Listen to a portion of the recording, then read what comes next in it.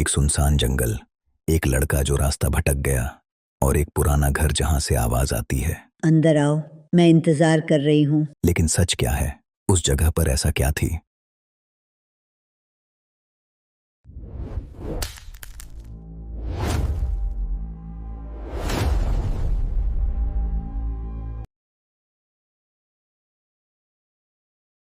अक्षय के पिता के काम की वजह से वे लोग पिछले कुछ हफ्तों से इस सुनसान अनजान गांव में रह रहे थे।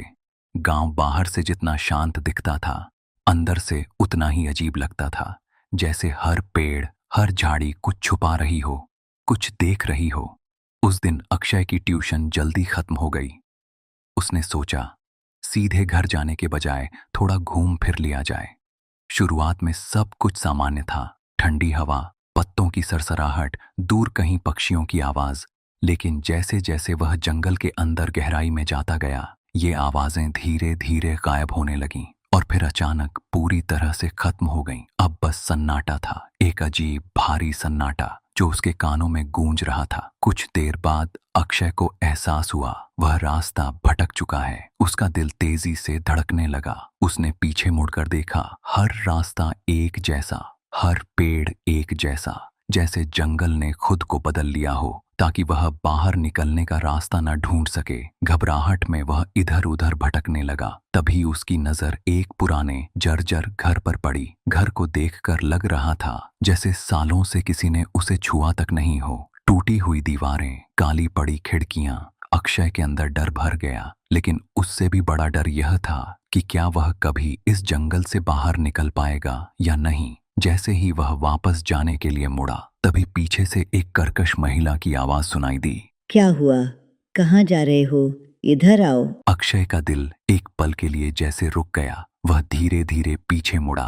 घर की दूसरी मंजिल की बालकनी में एक बूढ़ी औरत खड़ी थी। उसकी आंखें असामान्य रूप से बड़ी और सीधे अक्षय पर टिकी हुई। वह मुस्कुरा रही थी, धीरे धीरे, अस्वाभाविक तरीके से। उसकी मुस्कान अक्षय को बेहद असहज कर रही थी। उसने हाथ हिलाकर कहा, अंदर आओ, तुम रास्ता भटक गए हो, है ना? अक्षय के पैर जैसे सुन्न हो गए थे। फिर भी मदद की उम्मीद में वह घर के अंदर चला गया। अंदर जाते ही एक सड़ी हुई बदबू उसकी नाक में घुस गई। दीवारों पर काले धब्बे, छत से लटकते मकड़ी के जाले और फर्श पर धूल की मोटी परत, जैसे वर्षों से यहाँ कोई नहीं आया हो। ऊपर से फिर वही आवाज आई, सीढ़ियों से ऊपर आओ, मैं इंतजार कर रही हूँ। ये बात अक्षय के मन में गूंजने लगी।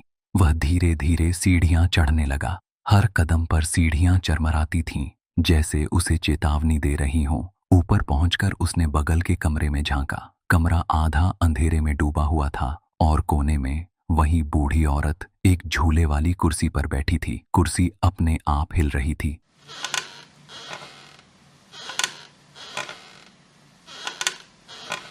वह बिना उसकी ओर देखे बोली, तुम आ गए? अक्षय अंदर गया और कांपती आवाज में बोला, मैं रास्ता भटक गया हूँ। मुझे इस जंगल से बाहर निकलना है। बूढ़ी औरत धीरे धीरे उसकी ओर मुड़ी। उसकी आंखों में कुछ था, कुछ ऐसा जो इंसानी नहीं था। वह धीमे स्वर में बोली, इस जंगल में बहुत लोग रास्ता भटक चुके हैं, लेकिन कोई भी वापस जाने का रास्ता नहीं ढूंढ पाया। अक्षय का शरीर कांप उठा। उसने सामने रखी कुर्सी की ओर इशारा किया। बैठ जाओ। अक्षय बैठ गया। कमरा एकदम शांत हो गया, बस झूले की आवाज।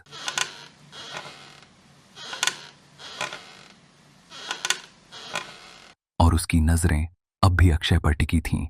वह धीरे से बोली, यह जंगल तुम्हें रास्ता नहीं भुलाता, इंसान खुद से भूल जाता है।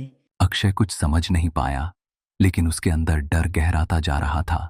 अक्षय बेचैन होकर खड़ा हो गया और बोला, वो मुझे जाना होगा। औरत ने उसे रोकते हुए कहा, जाने से पहले एक बार खुद को देख लो। उसने कमरे के कोने में रखे एक पुराने आईने की ओर इशारा किया। आईना धुंधला, धूल से भरा, लेकिन अजीब तरह से आकर्षित करने वाला।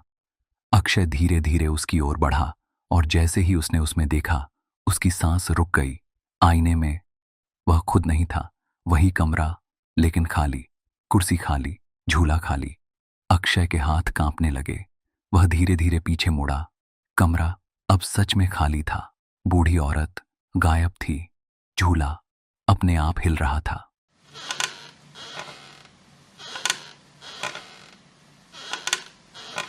और फिर चारों तरफ से आवाजें गूंजने लगीं। कुछ लोग कभी वापस नहीं आते क्योंकि वे पहले ही जा चुके होते हैं। अक्षय की आंखें फैल गईं। अचानक एक याद उसके दिमाग में चमकी। जंगल में चलते चलते वह गिर गया था। एक पत्थर उसके सिर पर लगा। फिर एक जोरदार झटका। उसकी आंखें धीरे धीरे बंद हो गईं और सब कुछ अंधेरा हो गया। पूरी सच्चाई उसके सामने साफ हो गई। इसका मतलब अक्षय अब जिंदा नहीं था। उसका शरीर शायद अभी भी जंगल में कहीं पड़ा हुआ था।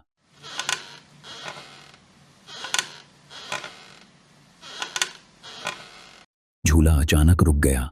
अक्षय डरते डरते पीछे मुड़ा। बूढ़ी औरत फिर से वहां थी।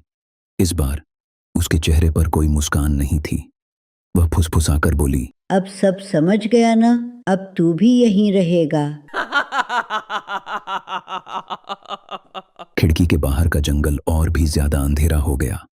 एक तेज हवा का झोंका आया और दरवाजा अपने आप जोर से बंद हो गया।